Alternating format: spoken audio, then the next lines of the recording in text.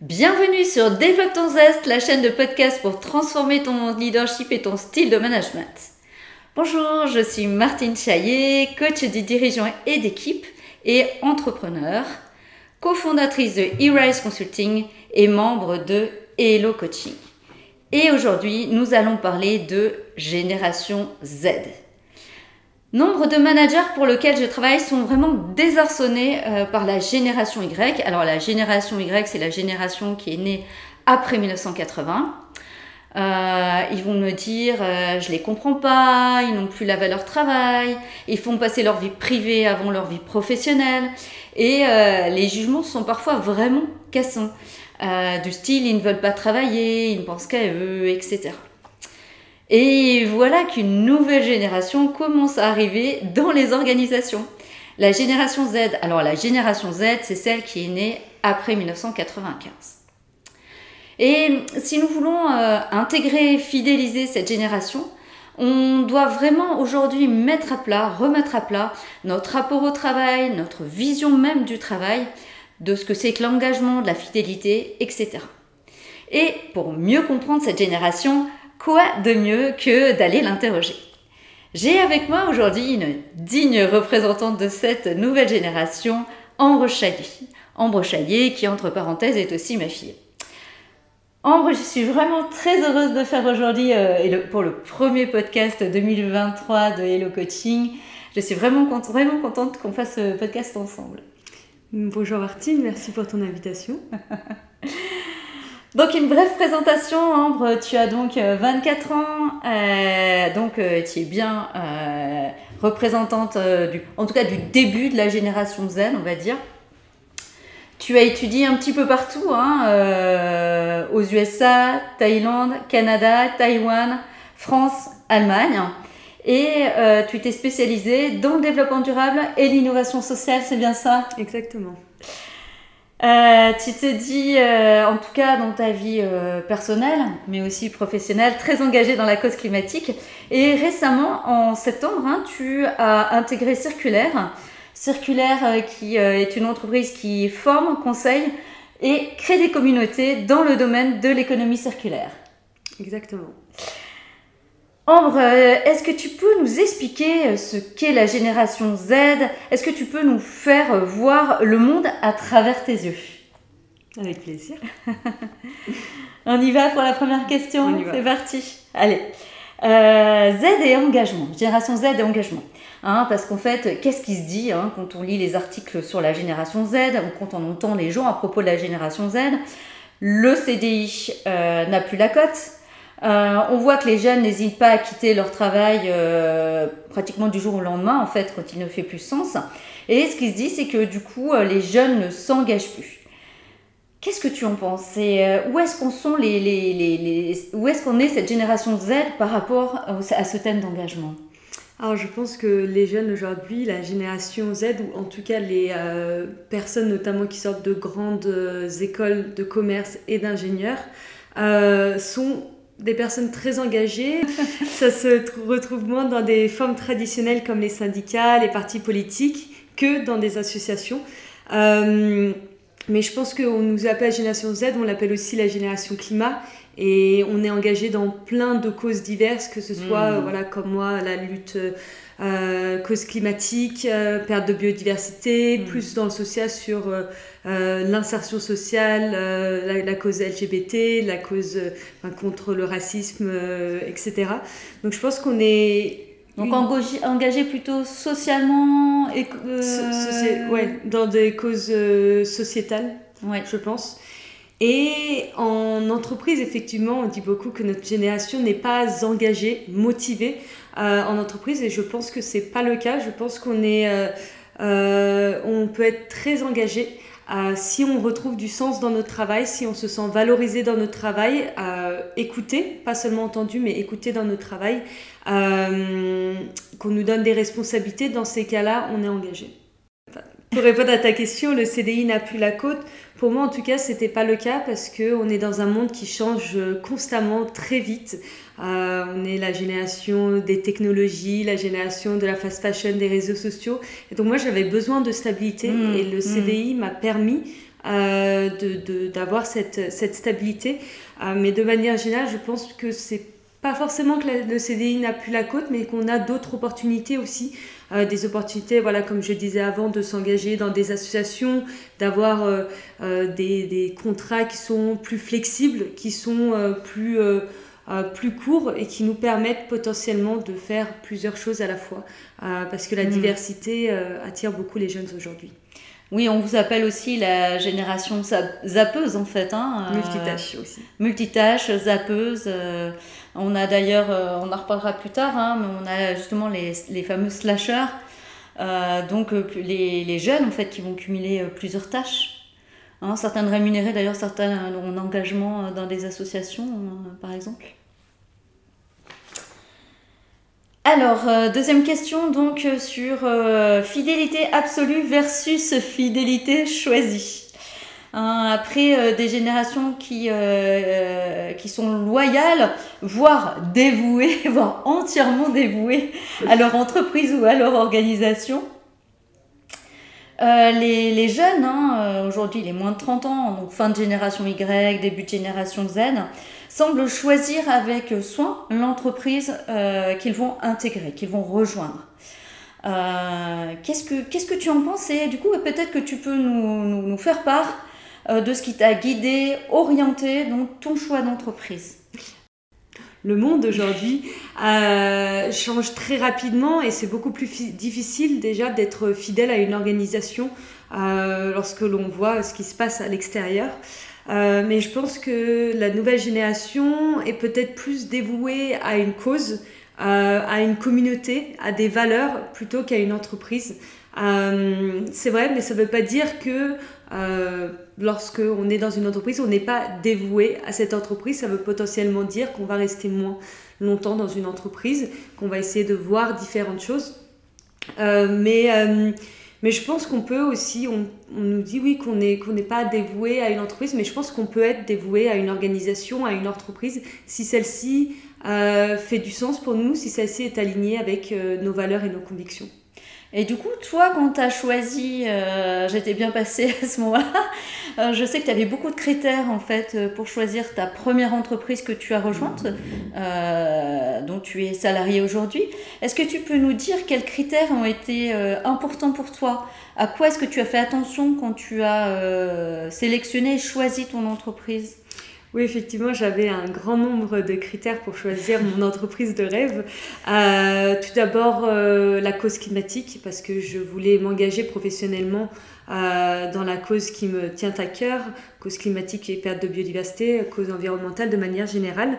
L'aspect communautaire, la culture de l'entreprise, les employés, l'ambiance dans une entreprise, j'y ai beaucoup apporté d'importance aussi parce qu'on passe tellement de temps au travail. J'ai envie de m'y sentir bien dans les missions que j'ai, mais aussi les personnes qui m'entourent. Je dirais l'équilibre pro-perso est aussi quelque chose qui est super important pour moi et qui est d'ailleurs important, je pense, pour cette génération Z, on en entend souvent parler.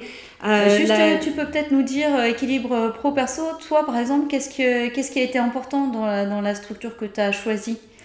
Qu'est-ce qui te permet justement d'avoir cet équilibre-là, tu vois, concrètement, pour que les managers puissent vraiment comprendre? Oui, alors je pense que pour moi, ce qui est très important, tout d'abord, je veux dire, en termes de charge de travail, c'est de ne pas faire du 8h, minuit, 1h du matin. C'est pas quelque chose qui me fait rêver et c'est quelque chose qui fait moins rêver, je pense, la nouvelle génération parce qu'on a une vision différente du succès. En tout cas, une partie de notre génération, pas tout le monde. Mais donc, d'avoir du temps libre en dehors du travail pour avoir des loisirs, pour faire ce que j'ai envie de faire du sport, des ateliers créatifs, etc. Et je pense, de manière générale, avoir un bon équilibre pro-perso, c'est aussi ne pas qu'on m'appelle à 20h et vraiment respecter les horaires de travail pour me laisser du temps de souffler et pour mes projets personnels. Ok, donc la cause climatique, hein, 2, l'ambiance, 3, l'équilibre vie perso, vie pro. Et si je rajouterais un critère, ce sont 2 critères. Le premier, ce sont les paroles qui se traduisent en actes, parce qu'aujourd'hui, moi, je ne crois plus quand une personne me dit... je ne crois pas forcément tout de suite, en tout cas, quand une entreprise me dit voilà, qu'elle est verte, j'ai besoin que ça se traduise en actes, en choses concrètes. Et aussi, donc plus seulement les valeurs affichées, mais les valeurs qui sont actées en fait. Exactement. Les valeurs actées, je trouve ça les actions. super important. Et une dernière chose, je dirais les responsabilités, l'ambition. Je suis quelqu'un de très ambitieuse, donc je dirais les responsabilités qu'on peut me donner en sortie d'école. Beaucoup plus que le salaire, hein, si je me rappelle bien. Beaucoup plus que le salaire, effectivement. Ok, troisième question, en fait, quelque chose que je trouve assez passionnant, c'est le fait de passer en tout cas, d'une fidélité à l'entreprise, hein, on a parlé tout à l'heure d'être fidèle à l'entreprise, à une fidélité sociale. La valeur travail ne semble plus être au centre de l'existence, en tout cas des jeunes, et on dit que vous n'êtes pas forcément fidèle à l'entreprise, mais fidèle à la tribu, l'équipe, la communauté. D'ailleurs, tu as parlé de la communauté tout à l'heure. Est-ce que c'est ton cas pour toi? Est-ce que l'équipe, l'ambiance, la cohésion de l'équipe, la coopération dans les équipes, est-ce que c'est important pour toi? Ça, c'est un premier point. Et deuxièmement, comment est-ce que les entreprises peut-être peuvent davantage mettre d'accent sur cet aspect communautaire? Oui, alors d'abord, qu'est-ce que la communauté? Je pense que qu'est-ce qu'une communauté? C'est important, c'est un groupe de personnes qui vivent ensemble, qui partagent les mêmes idées. Donc comment ça se traduit finalement concrètement dans une entreprise? Ce sont les différents collaborateurs qui partagent des idées et des valeurs. Et donc ça, je pense que ce qui est important dans une entreprise, c'est la culture d'entreprise qui permet de créer des communautés. Personnellement, j'apporte beaucoup d'importance à cette communauté. Oui, j'ai besoin d'être entourée de personnes dans mon entreprise qui partagent les mêmes valeurs que moi pour finalement être heureuse au travail, ce qui se traduit en être plus efficace aussi au travail. Donc c'est très important pour moi. Et pour répondre à ta deuxième question, comment les entreprises peuvent mettre davantage l'accent sur cet aspect communautaire, je pense qu'il est super important pour les entreprises de co-créer une culture d'entreprise avec les différents collaborateurs et que ce soit un chantier commun. Oui, je trouve ça très intéressant d'avoir un groupe de travail qui parle constamment de ces sujets, du sujet des valeurs et de co-créer une culture d'entreprise qui va pouvoir évoluer dans le temps aussi. Et ça se fait, on parle beaucoup aujourd'hui de team building, c'est à la mode, mais je trouve aussi que c'est important d'avoir des temps d'équipe en dehors du travail pour pouvoir créer du lien. Et lorsqu'on crée du lien, on crée aussi une communauté. Ça peut être des choses qui peuvent être faites. Est-ce qu'il y a d'autres choses qui peuvent être faites, par exemple, pour justement favoriser cette création de liens, hein, parce que quand on préparait ce podcast, c'est ce que tu m'as dit, ce qui est important, c'est qu'aussi l'entreprise puisse aider, stimuler cette création de liens entre les personnes, entre les collaborateurs. Je pense que ça dépend de la structure de l'entreprise. Dans une start-up, dans une grosse entreprise, forcément, la création de liens va se faire différemment. Mais c'est un travail qui peut se faire chez les RH, ou c'est aussi un sujet transversal, donc qui peut être pris par différentes personnes dans une entreprise. Mais le fait de laisser du temps aux différents collaborateurs pour qu'ils puissent créer du lien. Donc ça peut être déjeuner, faire des déjeuners qui sont partagés, avoir 1 heure, 1h30, 2 heures de temps le midi pour pouvoir partager en dehors du travail. Ça peut être avoir quelques heures calées, bloquées dans un agenda qui s'appelle créateur de liens par exemple, ou différents, que ce soit obligatoire ou que ce soit facultatif finalement, où les employés peuvent se retrouver, organiser un événement, parce que je pense que le fait que les employés puissent organiser des événements, c'est aussi important pour créer du lien et créer cette communauté, que chacun mette la main à la pâte. Je sais que certaines entreprises en fait organisent des cagnottes en fait, un certain montant qu'ils mettent à disposition des salariés pour justement organiser des événements qui créent des liens. Ça peut être aller manger, aller faire un déjeuner, ça peut être faire du sport ensemble, ça peut être n'importe quel événement qui va permettre de créer du lien. Mais ça, en fait, dans les entreprises, on le retrouvait dans les comités d'entreprise. Je pense que ce qui commence à changer maintenant, c'est que ces événements, en fait, sont organisés par les salariés eux-mêmes, par des salariés qui vont prendre en charge la création de ces événements. Oui, effectivement, enfin, cette notion de cagnotte me parle beaucoup parce que, comme tu l'as dit, ce n'est plus la responsabilité du comité d'entreprise, mais ce sont les employés qui vont organiser des événements ou en tout cas faire des propositions d'événements. Et là, on touche aussi à la notion de empowerment.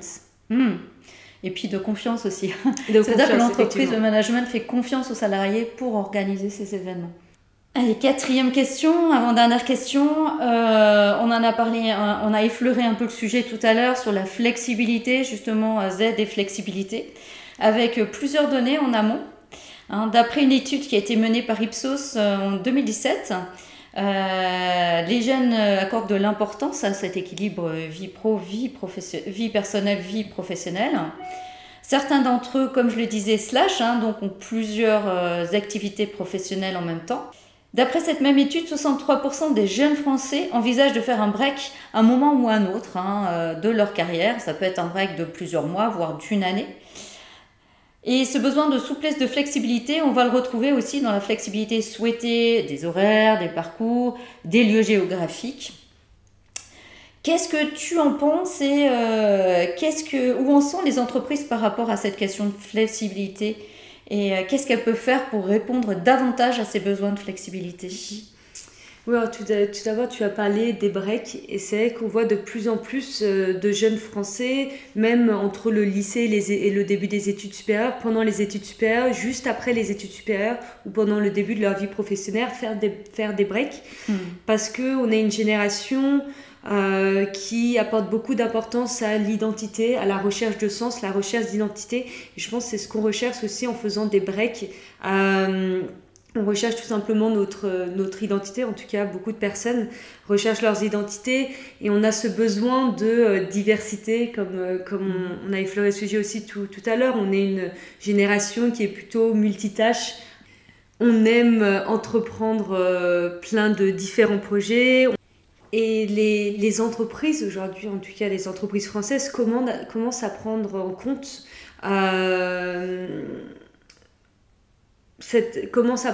cette flexibilité.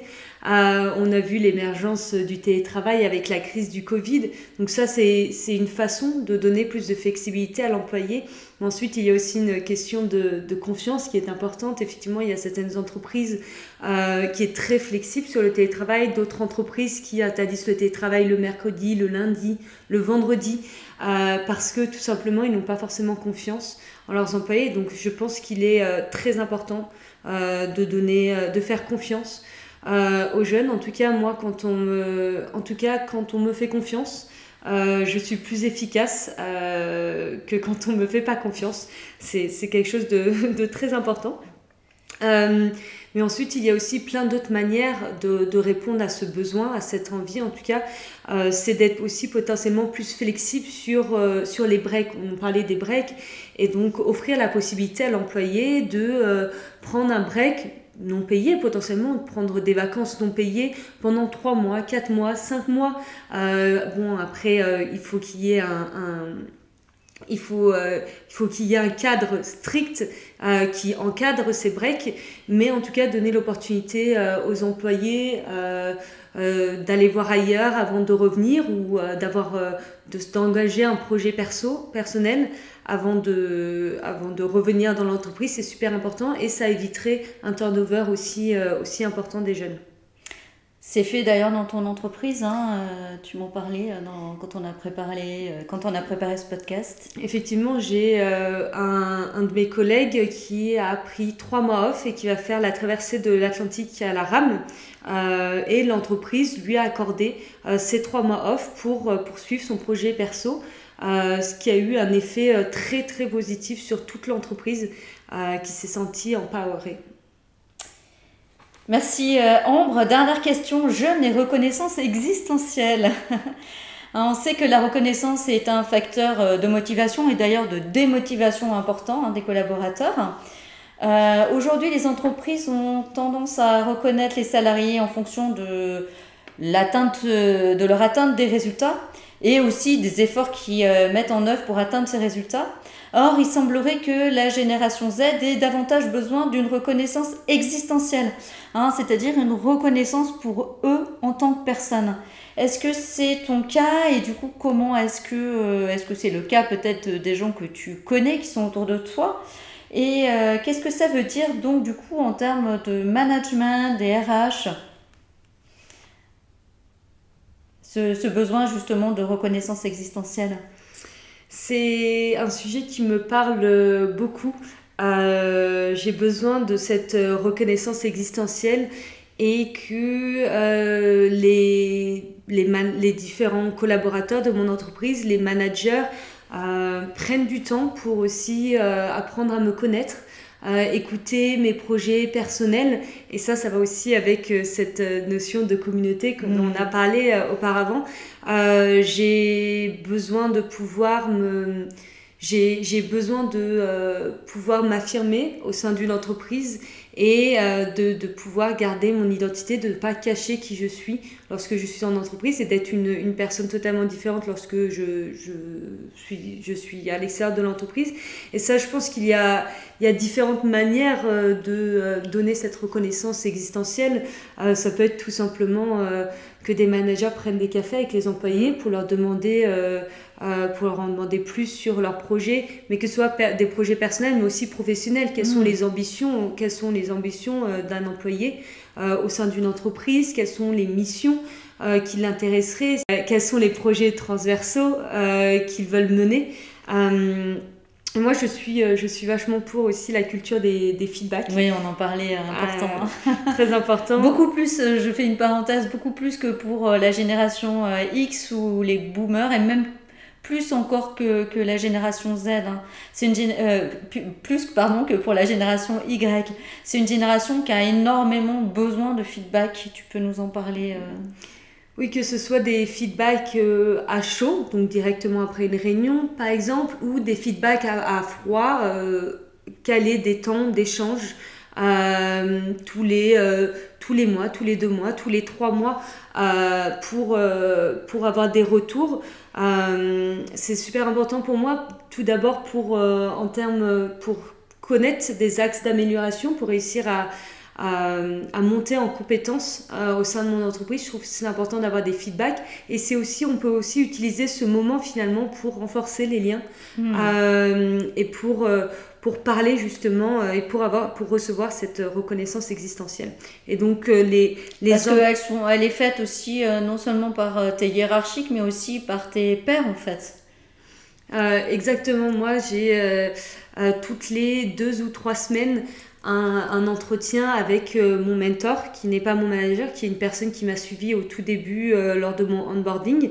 Et j'ai aussi des temps d'échange avec mon manager. On a des bilans tous les 3 mois environ. Et donc je pense que les entretiens annuels ne suffisent plus. En tout cas, une grande partie de la jeune génération, on a besoin vu qu'on est une génération aussi impatiente, je pense qu'on a besoin de ces feedbacks plus récurrents. Oui. Non seulement impatiente, mais peut-être qui est plus axée sur le court terme au final. Aussi le long terme, on est d'accord, mais aussi peut-être un peu plus de focus sur plutôt des petites échéances court terme qui vont vers le long terme, je veux dire. Oui, je pense. On a besoin de tâches intermédiaires et puis oui, c'est vrai qu'on voit pas mal court terme. C'est ce qui est assez logique quand en fait ça change beaucoup. On a besoin de plus découper en fait le temps en petites tranches. Et Et pour finir, en fait, en conclusion, Ambre, quel conseil tu donnerais aux managers, aux entreprises pour mieux attirer les jeunes et pour leur donner envie de rester? Stop le greenwashing.